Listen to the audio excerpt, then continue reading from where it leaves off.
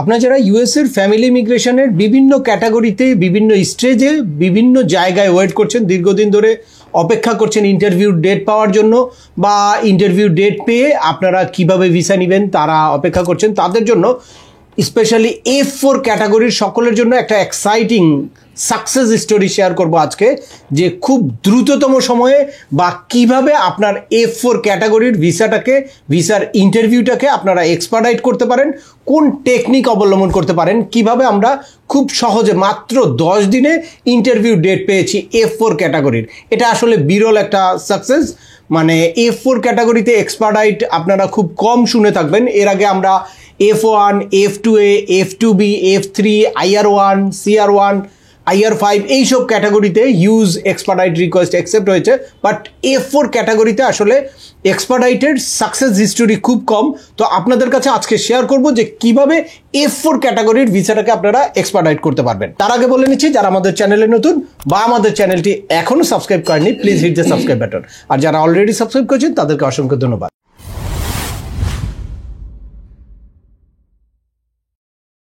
Welcome back, আপনাদের সাথে আছে আমি সিএম আমিনুল বাহার। আমাদের এই চ্যানেলে ইউএস এর ভিজিট, পড়াশোনা, ওয়ার্ক পারমিট এবং মাইগ্রেশন সংক্রান্ত বেশ কিছু আপডেটেড ইনফরমেশন আছে। আপনারা যারা যেই টপিক্সে ইন্টারেস্টেড দয়া করে এই রিলেটেড সকল ভিডিওগুলো দেখবেন। এরপর ছোটোখাটো প্রশ্ন থাকলে ভিডিওর নিচে কমেন্টস করবেন।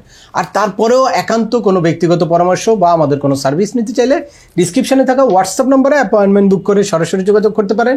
অ্যাট দ্য সেম টাইম আমাদের ইমেইল করতে পারেন এবং আমাদের ফেসবুক পেজটি ফলো করে সবসময় আমাদের সাথে যুক্ত থাকতে পারেন। আপনারা যারা রেগুলার ফলো করেন বা আমার এই ইউএস এর ইমিগ্রেশন রিলেটেড ইনফরমেটিভ ভিডিওগুলো দেখেন, তারা নিশ্চয়ই এতক্ষণে জেনে গেছেন যে এক্সপার্টাইট করে তারপর আপনাদের ইন্টারভিউ ডেটটাকে আগায় আনা যায়। তবে এটা সব ক্যাটাগরির ক্ষেত্রেই এই সুযোগটা আছে, তবে এক্সপার্টাইট করারও একটা টাইম আছে। যখন আপনার মানে কেসটা কারেন্ট থাকবে, অর্থাৎ ফাইনাল অ্যাকশন ডেট কারেন্ট থাকবে, তখন আপনি গিয়ে কিন্তু এই এক্সপার্টাইট রিকোয়েস্টটা করতে পারবেন। আর এর বাইরে অবশ্যই আপনার কেসটা ডকুমেন্টারিলি কোয়ালিফাইড হতে হবে। দুইটার যদি কোনো একটা বাকি থাকে তাহলে কিন্তু আপনি এক্সপার্টাইট রিকোয়েস্ট করতে পারবেন না, যত সিরিয়াস ইস্যুই থাকে। আজকে প্রথমেই সরাসরি আমাদের যেই সাকসেস স্টোরি বা যার কেসটা সাকসেস হয়েছে তার মুখ থেকে শুনবো। উনি রেগুলার আমাদের ইউটিউব বা ফেসবুকের ভিডিওগুলো ফলো করে এবং তারপর আমার কাছে একটা অ্যাপয়েন্টমেন্ট নিয়ে এসে তাদের কেসটা এক্সপার্টাইট করতে চেয়েছিল।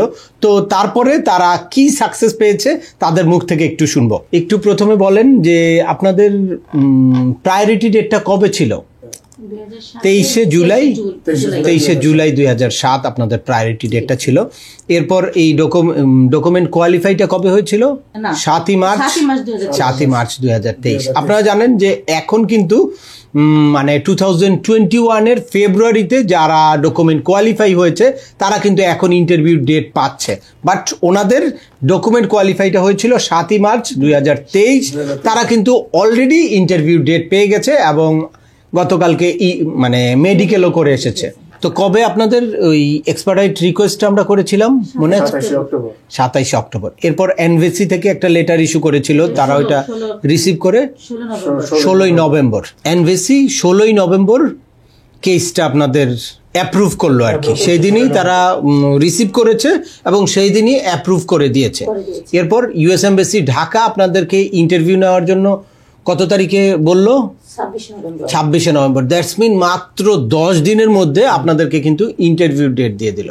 তো 26শে নভেম্বর ইন্টারভিউ ডেট নিতে বলার পরে এরপরে আমরা আবার আপনার ইন্টারভিউ ডেট নিতে গেলাম, গিয়ে 20শে জানুয়ারি আপনাদের ইন্টারভিউ ডেটটা পেয়েছি। কিন্তু মূলত 10 দিনের মধ্যেই আমাদের এইটা ফাইনাল হয়ে গেছে যে ইন্টারভিউ ডেটটা আমরা পাচ্ছি। হ্যাঁ, ইন্টারভিউ ডেটটা যে ইউএস এমবাসি ঢাকা এত ব্যাকলকের মধ্যে যে ইন্টারভিউ ডেটটা দিবে বা দিচ্ছে, এই জিনিসটা আমরা 10 দিনের মধ্যেই পেয়ে গেছি। এটা আসলে একটা বিরল সাকসেস।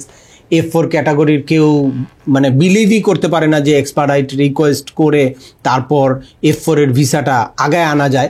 হয় না, এটা আমরা জানি, অনেক সময় হয়। তারপরও স্যার আপনার সাহায্যে এসে আল্লাহর ইচ্ছায় আমাদের হয়ে গেছে। আমরা ভাবিনি এটা হবে। অনেকের ভিডিও দেখেছি, আপনার ভিডিওটা আমার কাছে খুব বিশ্বাসযোগ্যতা মনে হয়েছে। আপনার মানে কথাগুলো আমার কাছে খুব বিশ্বাস নির্ভরতা ছিল এটার প্রতি। তাই আমি মানে লাস্ট টাইম সবারটা দেখার পর থেকে কম্পেয়ার করে দেখলেন যে হ্যাঁ কম্পেয়ার করে দেখলাম এটা মানে আপনারটা আমার কাছে খুবই লাগলো আর কি। আচ্ছা, থ্যাংক ইউ। তো আসলে মানে দেশের যে বর্তমান পরিস্থিতি এবং মানে সরকার চেঞ্জ হওয়ার পরে আমাদের দেশের এবং আমেরিকাতেও নির্বাচন, এই ক্লান্তিলগ্ন অবস্থায় যে আমরা ডেট পাইছি, এই জন্য আমি অনেক খুশি। আসলে এই মুহূর্তে আসলে ডেট পাওয়ার কথা না, আমরা চিন্তা ভাবনা করি না যে আসলে এত দ্রুত এত তাড়াতাড়ি ডেটটা আসবে, সেই অবস্থাতে পাইছি আলহামদুলিল্লাহ। সবসময় স্যারের ভিডিও দেখি ইনশাল্লাহ। আমি এই দেখার পরে আমরা আমরা এই যে নতুন করে আমরা এক্সপায়ার ডেট আবেদন করে আমরা মোটামুটি এই যে ডেট পেয়ে গেলাম আল্লাহর তরফ থেকে ইনশাল্লাহ, স্যারের সহযোগিতায়। হ্যাঁ, দ্রুত ডেটটা পাইছি।